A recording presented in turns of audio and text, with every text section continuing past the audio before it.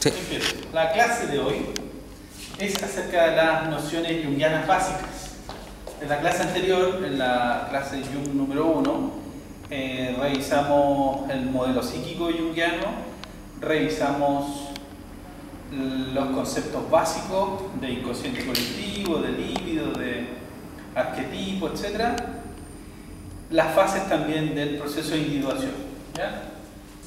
Y ahora vamos a referirnos a algunas nociones básicas. Entonces, dentro de la noción de las nociones básicas está la noción de salud o enfermedad.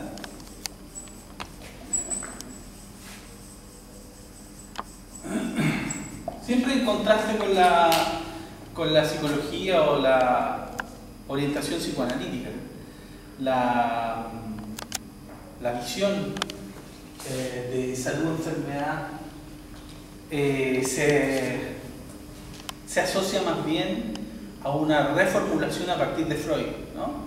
Entonces, en Freud, dada la naturaleza del conflicto edípico y eléctrico, es imposible no estar enfermo.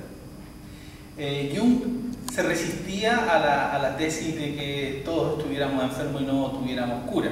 Si bien es cierto, la cura no se puede dar porque nadie puede retrotraerse a un estado natural de indiferenciación naturalística, dado que estamos socializados y por tanto tenemos nuestro proceso primario de alguna manera condenado al inconsciente.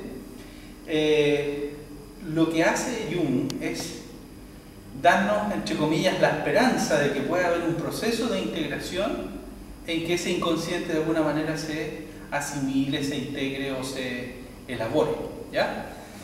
En el proceso de individuación, entonces, lo que se nos indica es cómo el sujeto puede, a partir de su estructura yoica, acercarse y orientarse al sí mismo, integrando las distintas partes del inconsciente personal y colectivo. En ese ámbito, la noción de salud va a estar asociada a la noción de sabiduría, ¿no? Y en esto Jung se toma de las doctrinas orientales, el taoísmo, el hinduismo, el brahmanismo, la alquimia y otras doctrinas asociadas a religiones también. La cábala judía, por ejemplo. Y la sabiduría estaría dada aquí por un estado de equilibrio o armonía.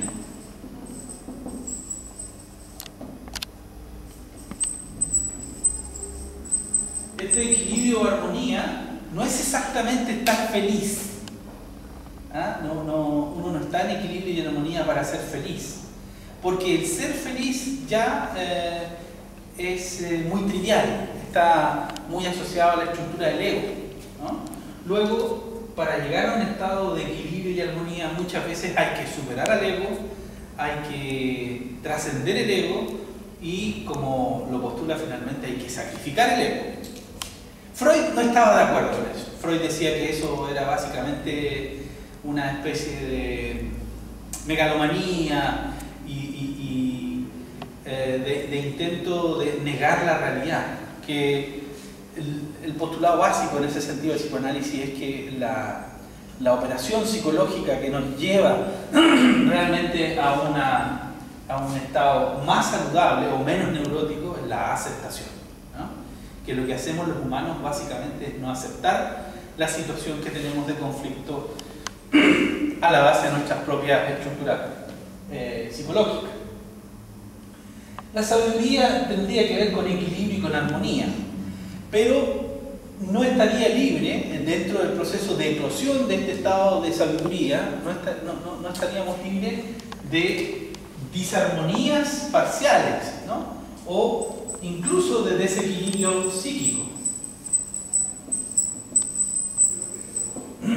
Muchas veces, dice Jung, la enfermedad psíquica. Y aquí, cuando hablamos de enfermedad psíquica, estamos hablando de la psicopatología tradicional, es decir, depresión, psicosis, fobia, lo que uno normalmente entiende como una persona que está claramente trastornada. Esas enfermedades, Jung las plantea como el remedio que la psique busca para restablecer el equilibrio y la armonía perdida, ¿no? Entonces, en ese sentido, la enfermedad sería un mecanismo natural, ¿no? de reposición o de acercamiento a esta armonía y a este equilibrio. Por tanto, la patología no tiene esta visión tan negativa, sino que desde el enfoque junguiano se le ve como una herramienta o como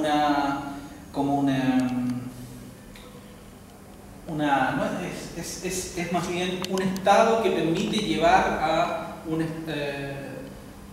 estado trascendente y de alguna manera más integrador. No es algo externo que se nos aplica o que de alguna manera nos cae, ¿no? La enfermedad psíquica muchas veces, y lo vimos en las primeras clases en este proceso histórico, la noción de enfermedad tenía que ver con una maldición de alguien hacia usted, que es el enfermo, o como una condición de divinidad, ¿no? Una maldición de la divinidad. No, acá la enfermedad se vive como un recurso que de alguna manera, si yo lo acepto, lo integro, lo interpreto bien, lo trabajo bien, puede acercarme a un estado de mayor equilibrio. En ese sentido, entonces, salud y enfermedad son inseparables, ¿ah? Y Jung, en ese sentido, aquí nos propone una visión mucho más holística. Holística significa completa, de unidad del estado de salud y enfermedad. Mucho más parecido, obviamente, a los equilibrios psicofísicos, psicobiológicos de las visiones orientales. Ahí hay una clara influencia, como decíamos, del budismo especialmente. Ahora bien, esta es una visión paradójica, ¿no? Porque para tener salud hay que enfermarse. Eventualmente, claro, cuando el ego siente que está saludable, no necesariamente eso quiere decir que esté saludable.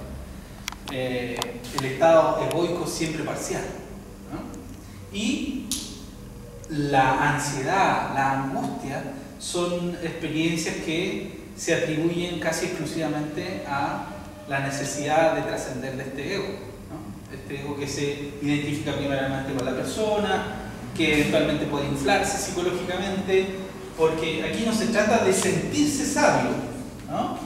Porque usted puede sentirse sabio y eso no puede ser más que megalomanía efectiva o negación o simplemente compensación de la frustración de la vida cotidiana, ¿ya?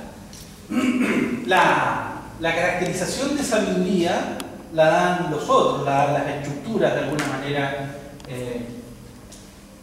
No es solo lo que la gente dice, sino que es como la gente discrimina positivamente una forma de vivir y reconoce en esa forma de vivir ciertas propiedades que son espirituales, que son éticas, ¿no? Aquí tenemos varios ejemplos. Por ejemplo, Sócrates, ¿no? Quien haya leído la apología de Sócrates puede darse cuenta del nivel de sabiduría que tenía, ¿no? O mirar otros héroes religiosos. Eso fue lo que hizo Jung, ¿no? A través del estudio de las religiones comparadas, lo que hace es buscar ejemplos del proceso de sabiduría en la historia comparada de las religiones, en las leyendas, en las alegorías específicamente. Ok, eso en relación a la noción de salud o enfermedad. El mismo Jung se enfermó. Tuvo un periodo en Sueños, Pensamiento, Recuerdos, Sueños y Pensamiento, que es su texto autobiográfico. Él reconoce ahí un periodo no menor de varios años, ¿no? De desequilibrio, de estado presicótico, que incluía visiones, no alucinaciones, sino que visiones a partir de sus sueños también, y una necesaria necesidad de retrotraerse de la vida, entre comillas, exitosa, mundana, al cual él podía aspirar sin mayor problema. La noción entonces de salud, enfermedad junguiana constituye uno de los principales aportes a la psicología, puesto que además de esta visión paradójica incluye toda esta cosmovisión espiritual, y esta cosmovisión espiritual, dado que los estados de salud, ¿cierto?, o de integración se asocian a la sabiduría que eventualmente uno puede alcanzar en el desarrollo de cualquier religión sistemática, con prácticas, etc. ¿Cómo reconocer un proceso de individuación que te lleva a la sabiduría y un proceso de individuación que te lleva a la psicosis? Eso es lo más difícil, pero también es lo más fácil, porque nosotros podemos reconocer, yo he tenido la experiencia acá con compañeros de ustedes, de reconocer estudiantes que tienen, por ejemplo, que se reconocen con habilidades extrasensoriales o precognitivas, que buscan de alguna manera lograr su identidad a través del logro de un yo súper destacado en algún ámbito. Y normalmente este ámbito está dado en la dimensión mágica, transpersonal, en el uso de psicotrópicos, etc.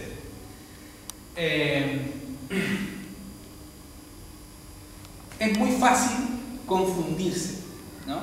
Porque la estructura del ego es imposible de soslayar, a no ser que haya una práctica sistemática. Y cuando digo práctica sistemática, estoy hablando de los ejercicios ignacianos, de por ejemplo, la docencia masónica, o por ejemplo, escuelas como la escuela hermética, o los gnósticos.